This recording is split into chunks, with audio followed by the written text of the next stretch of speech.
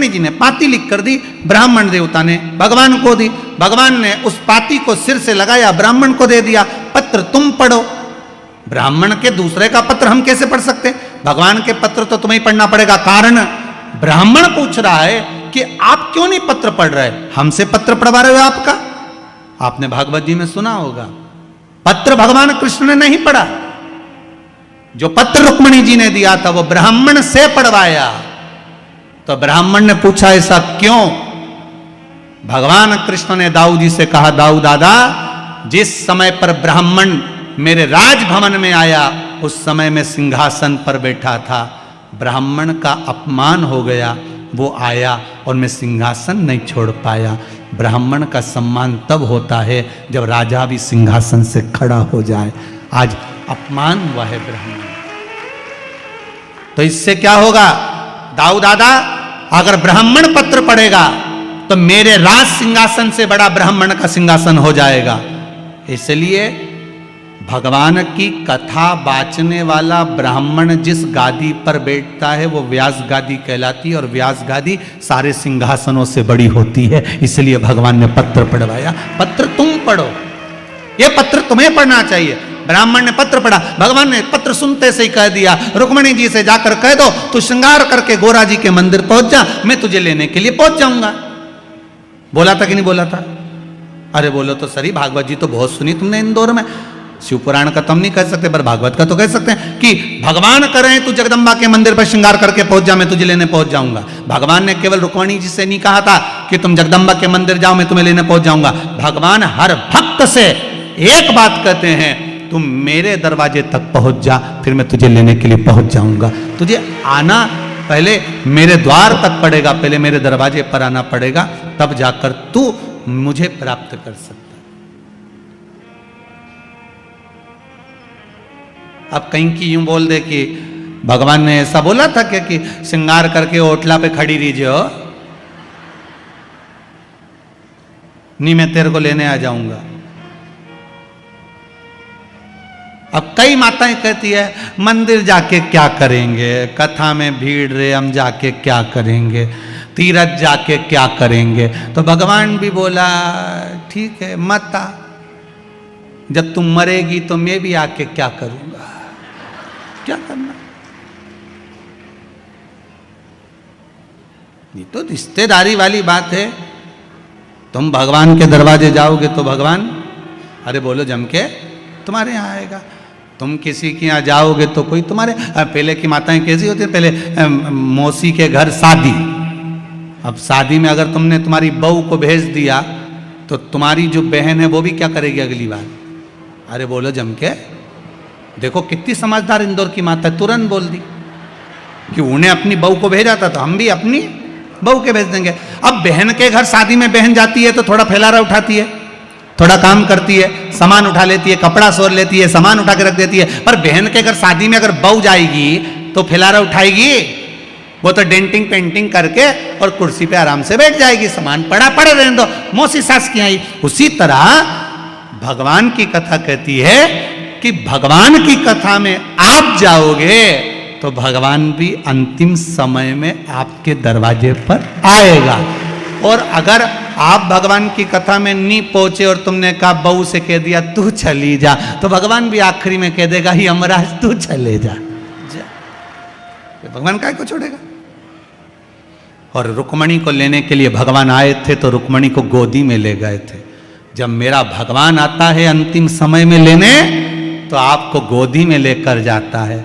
और वो काला बीआई ब्लैक कलर की स्कॉर्पियो लेके आता है। कौन? झमके तो बोलो यमराज। उसके पास में वाइट कलर की टवेरा नहीं है, उसके पास तो ब्लैक कलर की स्कॉर्पियो है। और ब्लैक कलर की स्कॉर्पियो लेके आए, न पाड़ा पे बैठ के न मुझ पे ताव दे के आए, न पाड़ा की पूछड़ी से बांध के दोस्ता दोस्ता ले जाए। फिर तो रोए रामेती भाई, रोए कमला भाई, रोए और हमारी दशा बिगाड़ दी। तो पूरा मोहल्ला का लोग बोले कथा में नहीं गई थी इसलिए हम दशा बिगड़ गई, अगर पहुंच गई होती तो वाइट कलर की टवेरा आती, मेरा महादेव लेकर आता और बिठाकर ले जाता। और ब्लैक कलर की स्कॉर्पियो पे जा रही है, बैठी। यमराज बनावे बंदी और काया हो गई गंदी, मेरे प्राण छूटे भोलेनाथ तो तुम नंदी लेकर। अंतिम समय परमात्मा आए, उसको बुलाने के लिए प्रयास हमें करना पड़ेगा। आप बुलाओगे तो आएगा ना, उसको बुलाओ। अब सती मैया को लगा मुझे जाना चाहिए, सती मैया पहुंच गई। और जैसे ही माता सती गई, यज्ञशाला में पहुंची, देखा ठाट बाट सब, पर सती मैया का कोई सम्मान नहीं हुआ, आदर नहीं हुआ, क्रोध आ गया। एक गलती माता सती ने कर दी, बहुत बड़ी गलती थी माता सती की, कि वो यज्ञ की अग्नि में कूद कर समाप्त हो गई। काय में कूदी है? यज्ञ की अग्नि में कूदी। बस ये गलती माता सती ने कर दी। और देखो वही बात आ गई ना, थोड़ी सी देर में चक्कू कोपा, भुगतना लंबा पड़ा, थोड़ा सा पाप कर्म करा, भोगना लंबा पड़ा। कर्म भोगना बहुत पड़ता है, अब व्यक्ति कर जाता है थोड़ा सा, पर भोगना बहुत पड़ा। माता सती ने यज्ञ की अग्नि में कूदकर प्राणों को त्यागा। शंकर भगवान ने कहा सती गलती कर गई तू, बहुत बड़ी गलती तूने कर दी, यज्ञ की अग्नि में कूदकर प्राणों को त्यागा सती, इसलिए तेरा कोयल का जन्म होगा। काय का जन्म होगा? कोयल का।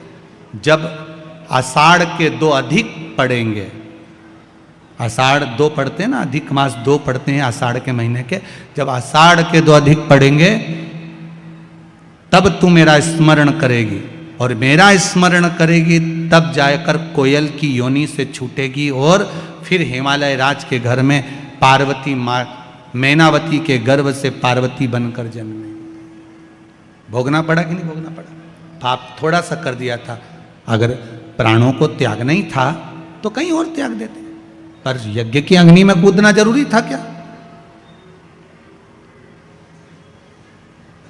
यज्ञ की अग्नि में कूदना जरूरी था?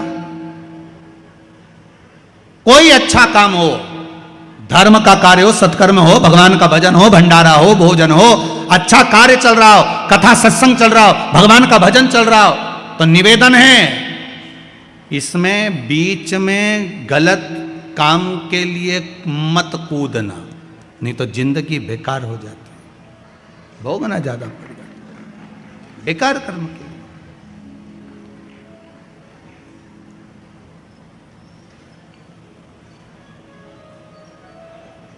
बाबा से बस एक निवेदन, हमारे कर्म हमें सुधारना। जब भाव शुद्ध हो तो क्यों ना मिले। 3 बजे कथा चालू हुई थी, ये जितने खड़े हैं आस पास इधर उधर, 3 बजे से कथा चालू हुई तो कम से कम 2:30 बजे से 2 बजे से खड़े होंगे। सही है कि गलत है? और बल्कि पहले से खड़े होंगे। जब से 6 बजे तक कथा जब तक चलेगी, 6 सवा 6 बजे तक, तब तक खड़े। इनकी तपस्या, इनका तप कहीं तो शिव देखेगा, कहीं तो शंकर देखेगा ना। इस व्यासपीठ से मैं आपको नमन करता हूं सभी श्रोताओं को कि आपका जो भरोसा है ना शंकर के प्रति, आप यहाँ से जाते हो तो हर हर महादेव चिल्लाते चिल्लाते जाते हो, आते हो तो हर हर महादेव श्री शिवाय नमस्तुभ्यम बोलते हुए आते हो। कितना विश्वास होगा, कितना भरोसा होगा, कितनी दृढ़ता होगी। पूरे इंदौर में चर्चा है कि विश्वास शंकर के प्रति कितना जागा है, वो देखना है तो ये कनकेश्वरी ग्राउंड में देखिए। कीचड़ है चारों तरफ, पानी गिर रहा है। मेरा कैमरे वालों से निवेदन है, बाहर जितने लोग बैठे हो छाता खोल खोल के बैठे, पानी लगातार टपर टपर हो रहा है। थोड़ी थोड़ी देर में। और इनकी दृढ़ता देखिए आप, इनका विश्वास देखिए आप। कोई ने इनको कुछ दिया है? इनको देने वाला तो देवाधिदेव महादेव है, कोई दूसरा नहीं दे सकता। शंकर, जिस जमीन पर आप बैठे हो पूरी गीली है, ये बहन बैठी है ना, यहां से पानी दिस रहा था, बता रहे थे कि यहां से पानी बहकर जा रहा था, पर फिर भी आपका विश्वास बड़ी दृढ़ है, बड़ा दृढ़। इस विश्वास के बल पर शिव महापुराण की कथा है। और एक बात आपसे कहेंगे, इतने वर्षों में हमने एक चीज जरूर देखी है कि जिसने शंकर मेरा ओघड़ी है, वो बिना सोचे देता है। कभी उसने विचार ही नहीं करा कि मुझे इसको क्या देना है। ब्रह्मा जी कहते हैं इसके भाग्य में बहुत बहुत भोगना लिखा है। शंकर जी कहते हैं एक बार मेरे पास तो आ जाए, फाइल ही दबा दूंगा नीचे, निकलने ही नहीं दूंगा कि कितना भोगना लिखा है। तू आ तो सही। ब्रह्मा जी बोल रहे हैं आप फाइल पढ़ो। शंकर जी के फाइल आए तो ब्रह्मा जी बोले मैं आपके पास कभी आने ही नहीं दूंगा। कई लोग ऐसे हैं सारी दुनिया में माथा टेकते हैं, सबके सामने जाके रोते हैं, सबके सामने हाथ फैला लेते हैं, पर शंकर पर भरोसा नहीं कर पाते। शिव जी कहते हैं एक बार मेरे पास आ जा, कितनी भी बेकार फाइल हो सामने आने ही दूंगा, नीचे ऐसी अलमारी में पटकूंगा कि आएगी नहीं। क्या भोगेगा? आ तो अकाल मृत्यु वो मरे जो काम करे चंडाल का, काल उसका क्या बिगाड़े जो भक्त हो महा काल का। शंकर के उपासक हो तो फिर भय काहे का? क्यों भय खाना? बुरा कर्म हुआ पूर्व में, हो सकता है कर्म हमने बेकार करा होगा तो आज भोगना पड़ रहा हो, पर घबराना नहीं है हमको। क्या करेगा यम?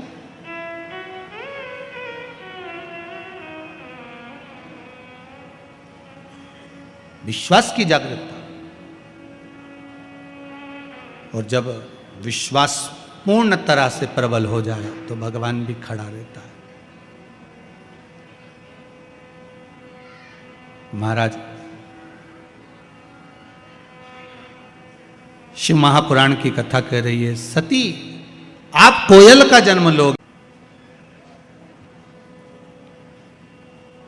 आंखों से अश्रु थे,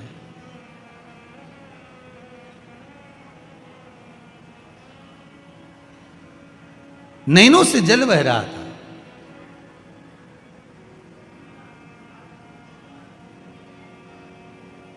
लोग कहते हैं पति के जाने के बाद पत्नी की दशा बेकार हो जाती है, बेधव्य हो जाती है, तो दशा बिगड़ जाती है। पर शिव महापुराण की कथा कहती है सती के जाने के बाद शिव भी मौन हो जाते हैं, शंकर भी मौन है। पति पत्नी का संबंध जो है केवल एक साधारण सा संबंध नहीं है महाराज, केवल एक साधारण सा संबंध नहीं है। बहुत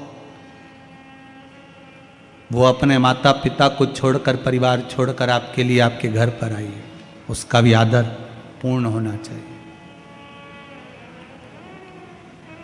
एक व्हाट्सएप पे एक मैसेज पड़ा था,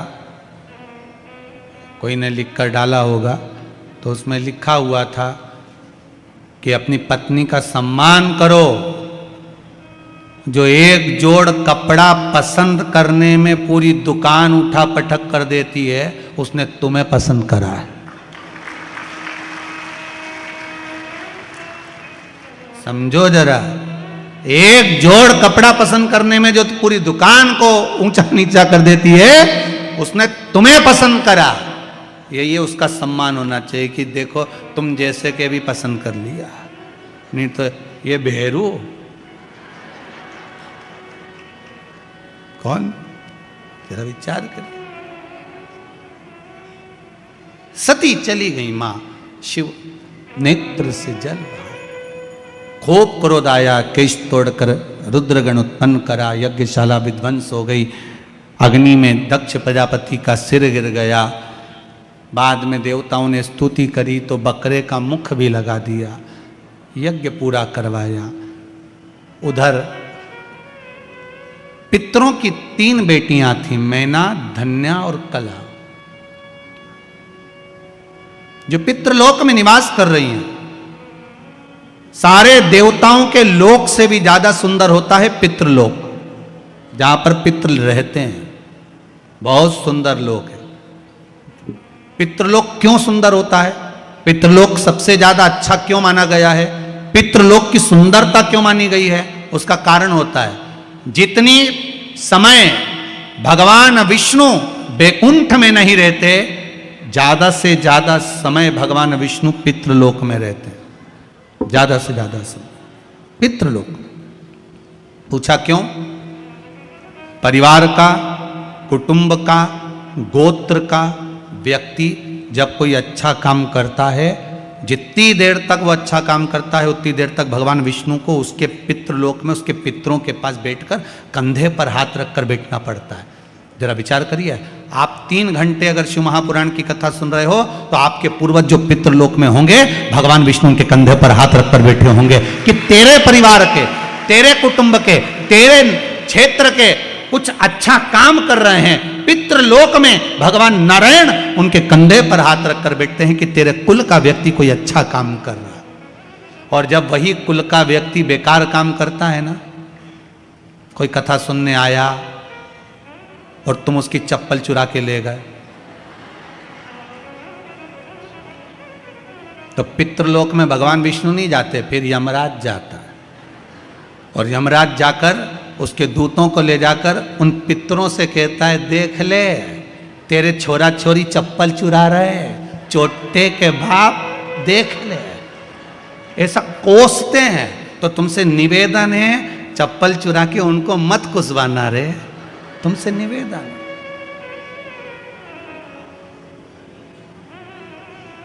गंगा नहाने जाओ ना हरिद्वार में, तो वहां पे लोग भगवान का भजन करने जाते हैं और कई कई लोग ऐसे आते हैं कि इनने कपड़ा उतारा, बेग धरा, ये करे गंगे हर, हम इनसे करें नंगे हर।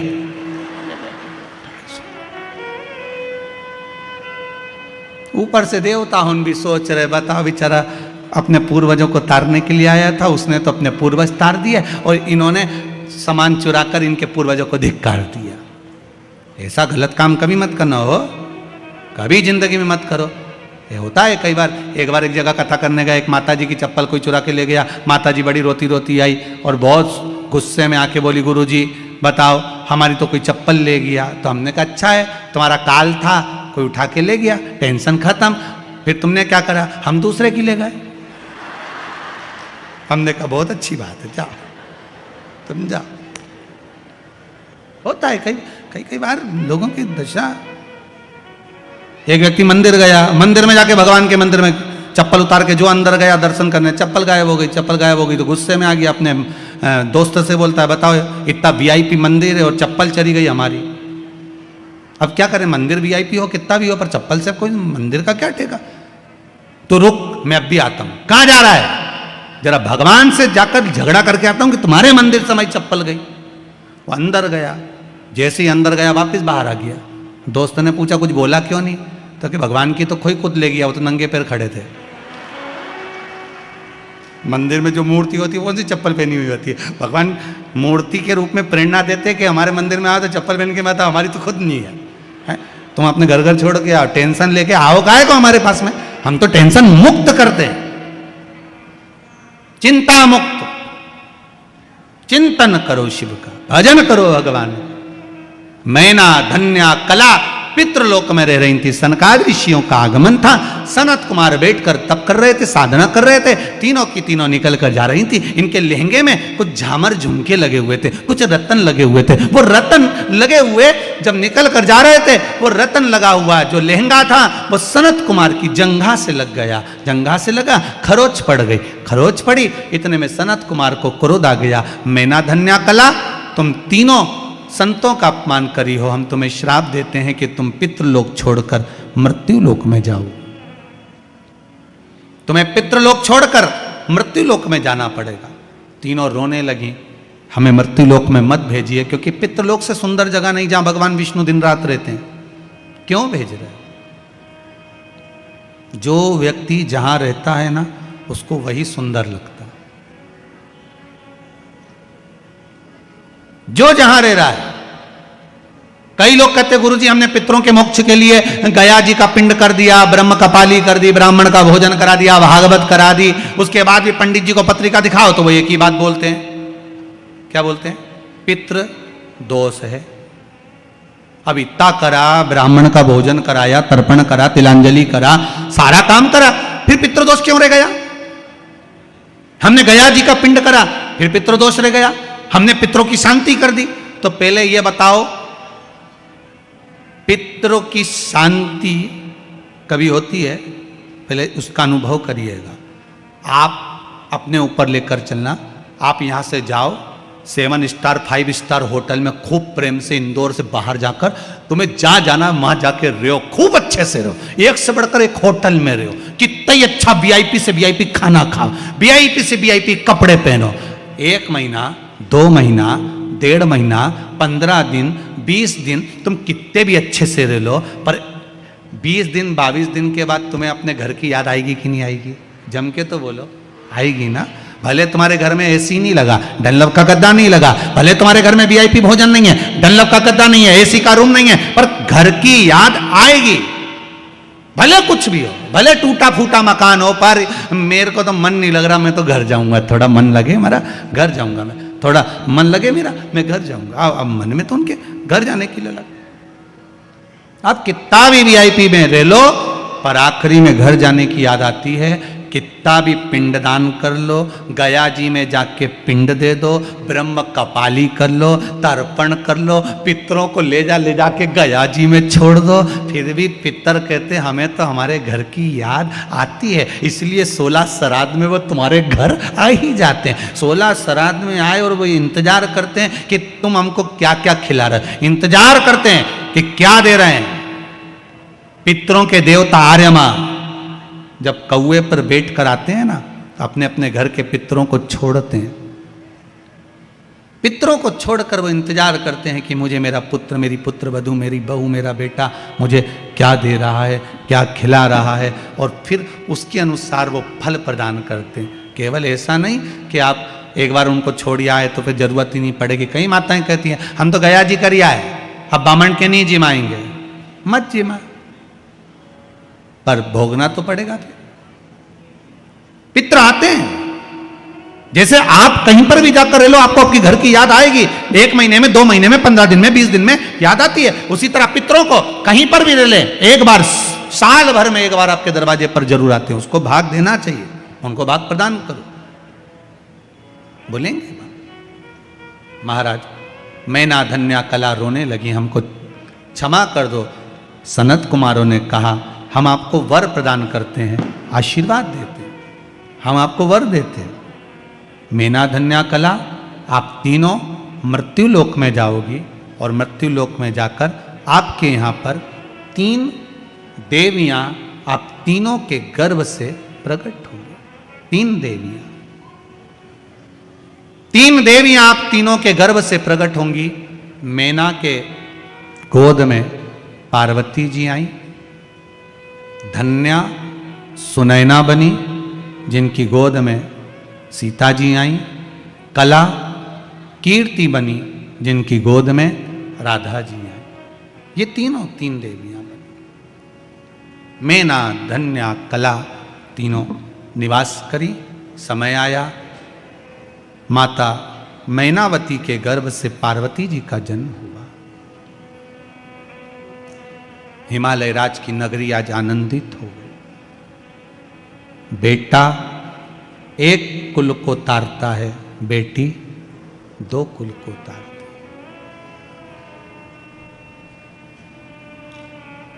एक बार बेटा अपने माँ बाप को दुखी देख सकता है, पर बेटी कभी अपने माता पिता को दुखी नहीं देख सकती। वो बेटी हो नहीं देख सकती। मेरा एक निवेदन सबसे रहा है, पहले से भी करना, आज भी करता हूं। मां अहिल्या शिव महापुराण की कथा चल रही है, इसमें एक निवेदन करूंगा। आप अपनी बेटी को खूब पढ़ाओ, अच्छे से अच्छे कॉलेज में पढ़ने भेजो, अच्छे से अच्छे स्कूल में पढ़ने भेजो। और मेरा बेटियों से निवेदन है, तुम्हारे पिता तुम्हारे लिए अपनी जान निकाल के रख देते हैं, वो कभी मना नहीं करते कि तू कैसे कपड़े पहन रही है। उसको विश्वास है कि मेरी बेटी पढ़ रही है, मेरी बेटी को मैंने कॉलेज भेजा है, मेरी बेटी को मैंने स्कूल भेजा है। एक बाप अपने बेटे की पढ़ाई पर जितना ध्यान नहीं देता उतनी अपनी बेटी की पढ़ाई पर ध्यान देता है। 94 तरह के नरक होते हैं, उसमें एक नरक होता है, गरुड़ पुराण में लिखा है, जो कन्यादान से मुक्त होता है। कन्यादान से मुक्त होता है। 94 तरह के नरक में एक नरक ऐसा होता है, जब तक बाप के घर में अगर बेटी का जन्म हुआ है और बाप अगर उस बेटी का कन्यादान नहीं करता तो बाप को 94 की 94 नरक कई बार भोगना पड़ते हैं। तो मेरा बेटियों से एक निवेदन है, तुम्हारे पिता ने तुमको पढ़ाया, तुम्हारे पिता ने तुम्हारा पालन करा, तुम्हारे पिता ने कभी तुम्हें टोका नहीं, तुम्हारे पिता ने कभी तुम्हें रोका नहीं। बस निवेदन इतना सा है बेटियों से कि अपने पिता को कन्यादान का मौका जरूर देना, यहां वहां मत चली जाए। अपने बाप को, अपने पिता को कन्यादान का मौका जरूर देना। किसी के बहकापे में आकर, किसी के फुसलाए में आकर, किसी के कहने पर आकर आप किसी के साथ जाने का प्रयास मत करना। कितना भी प्रेम किसी से हो जाए, आखिरी में कह देना कि मेरा पिता कहेगा शादी वहीं करूंगी, मेरा पिता कहेगा कन्यादान का मौका जरूर दूंगी मैं अपने बाबुल को। 94 तरह का नरक मेरा बाप भोगे, ये मैं नहीं देख सकती। ये बेटी की मर्यादा है। आज के जमाने में अनेक धर्म के लोग हमारे हिंदू धर्म की बेटियों को बहला रहे हैं, फुसला रहे हैं, अच्छा अच्छा आकर्षण दिखा रहे हैं और बेटियां उनके कहने में चली जा रही हैं। मेरा बेटियों से निवेदन है, अपने बाप को नरक मत भोगने देना। 94 तरह का नरक बाप ना जाने कितनी बार भोगता है। हर किसी की यहाँ बेटी का जन्म नहीं होता। दो मित्र मिले बहुत दिनों के बाद, दोनों ने आपस में बात करी। एक बोला, क्यों रे शादी हो गई तेरी? हाँ। हो गई शादी? हाँ। तो तेरी हो गई? हाँ। कितने बच्चे तेरे? मेरी 2 लड़कियां हैं, ये मेरे साथ में खड़ी हैं। और तेरी शादी हो गई? हो, मेरे 2 बेटे हैं। 2 बेटे? अरे वाह, अच्छा हुआ भगवान ने मुझे लड़की नहीं दी, अच्छा हुआ मुझे भगवान ने बेटी नहीं दी। कहां ध्यान रखता है, स्कूल छोड़ने जाओ, कॉलेज छोड़ने जाओ, उसका ध्यान रखो, शादी करो, ब्याह करो। अच्छा है मेरे घर में 2 बेटे हैं, ध्यान देने की जरूरत नहीं पड़ती, कम से कम बेटे तो हैं घर में। बेटी का जो बाप अपनी बेटियों के हाथ पकड़ा था, उसकी आंख में आंसू ढलने लगे कि मेरे घर में बेटा नहीं, मेरे घर में बेटियां। रो रहा था। एक बेटी ने अपने पिता का मुख देखा, सामने वाले अंकल का कुर्ता खींचा, अंकल का कुर्ता खींच कर कहा, अंकल आप कहते हो कि अच्छा हुआ भगवान ने आपको बेटी नहीं दी?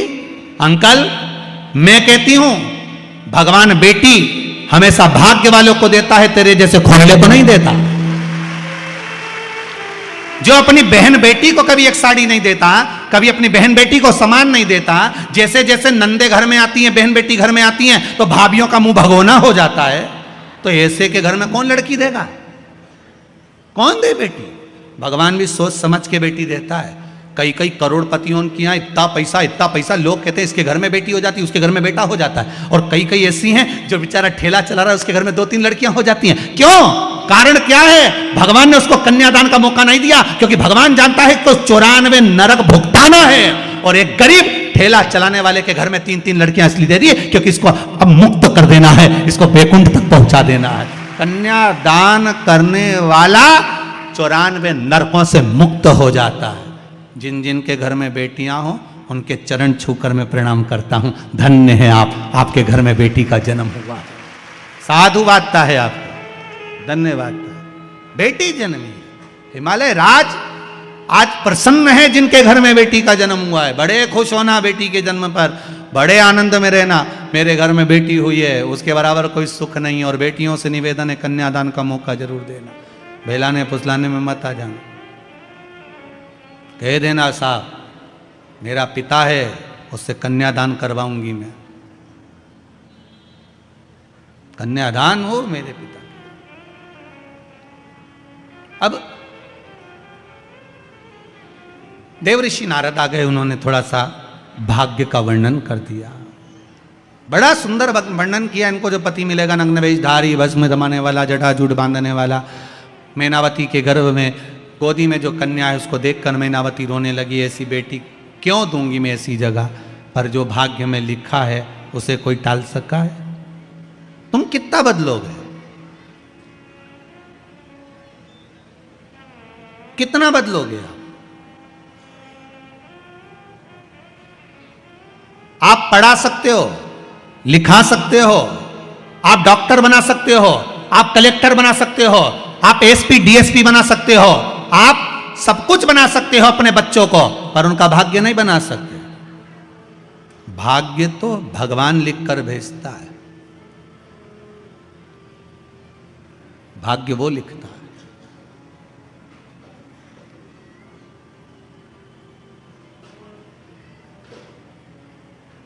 उसके सिवा कोई नहीं लिख सकता। भाग्य उसने लिखा है। आप बनाओ, डॉक्टर बनाओ, कलेक्टर बनाओ, एसपी बनाओ, डीएसपी बनाओ, सीए बनाओ, इंजीनियर बनाओ, पढ़ाओ, खूब पढ़ाओ, खूब पढ़ाओ, पर भाग्य नहीं बना सकते। भाग्य तो उसने बनाया। कितना बनाया, कैसा बनाया, सुख लिखा कि दुख लिखा, ये उसके हाथ में।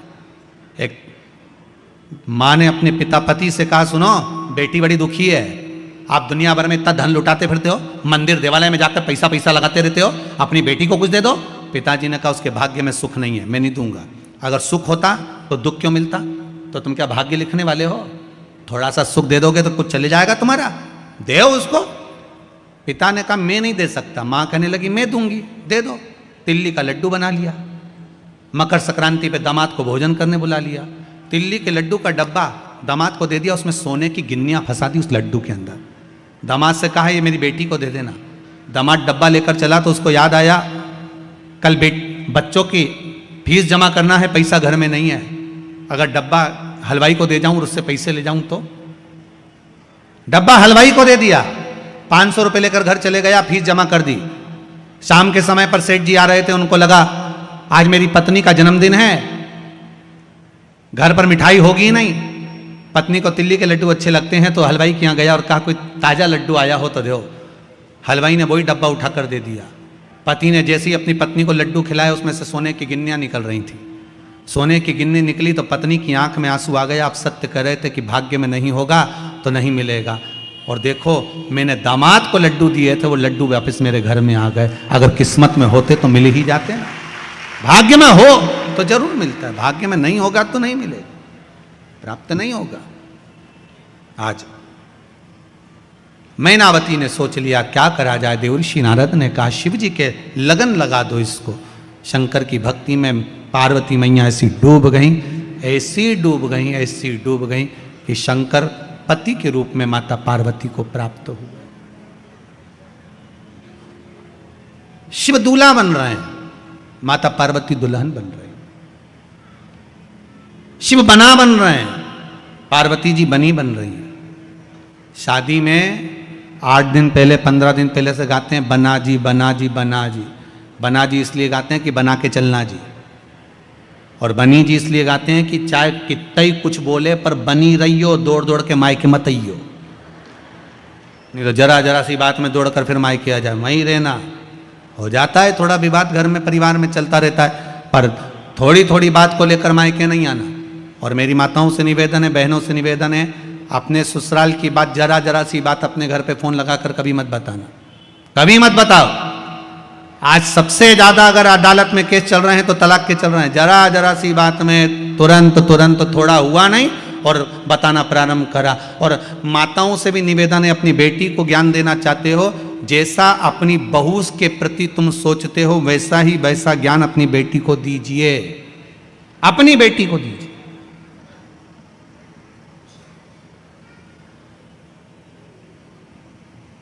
थोड़ा सा अच्छा बनाने का प्रयास करिए। भाग्य में लिखा है, सुख लिखा होगा तो सुख मिलेगा। मान लो एक जगह तलाक हो भी गया, दूसरी जगह शादी करोगे, फिर दुख लिखा होगा तो क्या कर लोगे? भाग्य में जो लिखा होगा वो तो भोगना ही है। इसलिए फिर निवेदन, मत बुरे कर्म कर बंदे वरना पछताएगा। भगवान की आंखों से तू बच नहीं पाएगा, तू बच नहीं पाएगा। अरे ओ अज्ञानी मत करना नादानी। बचना मुश्किल है। देवता गए भगवान शंकर के लिए सुंदर श्रृंगार लेकर। बाबा भोलेनाथ जी बोले मैं श्रृंगार खुद कर लूंगा। सुंदर सुंदर रथ लेकर गए। बाबा बोले मैं खुद रथ पे बैठ जाऊंगा। मुझे नहीं चाहिए। अच्छे अच्छे लग गए तैयार करने के लिए, बाबा कहे मेरा तैयार मैं खुद कर लूंगा। आज का मुहूर्त था शादी का, बारात लेके ही नहीं गए। शंकर भगवान से पूछा बारात कब चलोगे? शिव जी बोले मुहूर्त तो आन दो। मुहूर्त कब आएगा? जब आ जाएगा जब चल देंगे। मुहूर्त ही नहीं आया, 8 दिन निकल गए, 15 दिन निकल गए। हिमालय राज ने टेंट वाला, घोड़ी वाला सबको वापिस कर दिया। पंडित जी भी वापिस चले गए कि बताओ बारात ही नहीं आ रही तो रख के क्या करेंगे? मुहूर्त ही नहीं आया। अब जो मुहूर्त निकला था वो तो निकाल दिया। शिव जी का मुहूर्त नहीं आया। शिव जी का मुहूर्त कब आया? जब सामने से अर्थी आई। सामने से लोग मुर्दे को लेकर आ रहे थे, राम नाम सत्य कहते कहते शंकर जी खुश हो गए, नाचने लगे, मेरा मुहूर्त हो गया, अब मुझे बारात लेकर जाना है। स्वप्न में अर्थी दिखती है तो समझ लो कोई शुभ कार्य होने वाला है। किसी को मरा हुआ देख लिया स्वप्न में, समझ लो उसकी उम्र बढ़ गई। और आप कोई शुभ कार्य के लिए जा रहे हो, सामने से अर्थी निकल कर चली गई, समझ लो वो कार्य सफल होने वाला है, उसमें सफलता मिलने वाली। अर्थी का दर्शन, कोई कार्य के लिए जा रहे हो, शुभ कार्य के लिए, शुभ माना गया। इसका मतलब ये नहीं है कि तुम शमशान के पास ही घर बना लो, नहीं तो तुम्हारा क्या है, तुम तो कहो सीवर वाला महाराज बोला है, अपन तो शमशान के पास घर बना लो, रोज मुर्दा आता जाता दिखेगा तो अपना कार्य अच्छा होता जाएगा। इसका मतलब ये नहीं हो। शुभ कार्य के लिए शिव जी श्रृंगार कर रहे हैं।